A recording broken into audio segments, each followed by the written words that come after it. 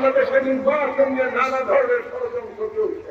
বাংলাদেশের গণতান্ত্রিক অভিযাত্রায় এবং খালেদা জিয়ার শারীরিক উদ্যোগেও আজকে আমরা সবাইকে নিয়ে আমরা আল্লাহর দরবারে আবারও মোনাজাত করবো এই সমাবেশ থেকে।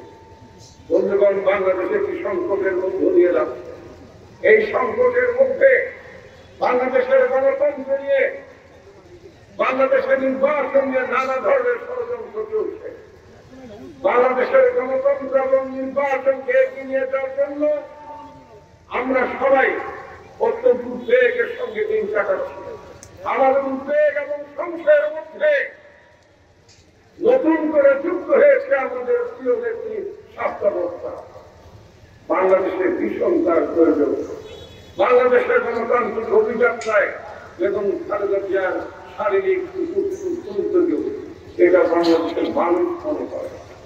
আর বাংলাদেশে যে নির্বাচনের প্রক্রিয়া শুরু হয়েছে, এমনি পিছনে আমাদের নেত্রী যখন ছাত্র সংকটের কথা নির্বাচী জানেন এবং শুনেছেন, তারা সবাই উৎকণ্ঠিত হয়ে পড়েছেন।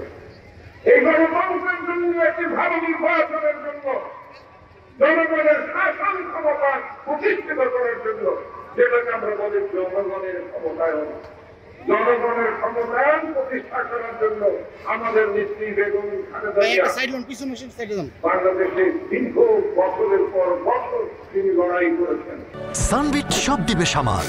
সানবিট ম্যাজিক প্রেস ডিশওয়াশিং এর মাথা ঘোরানো সলিউশন।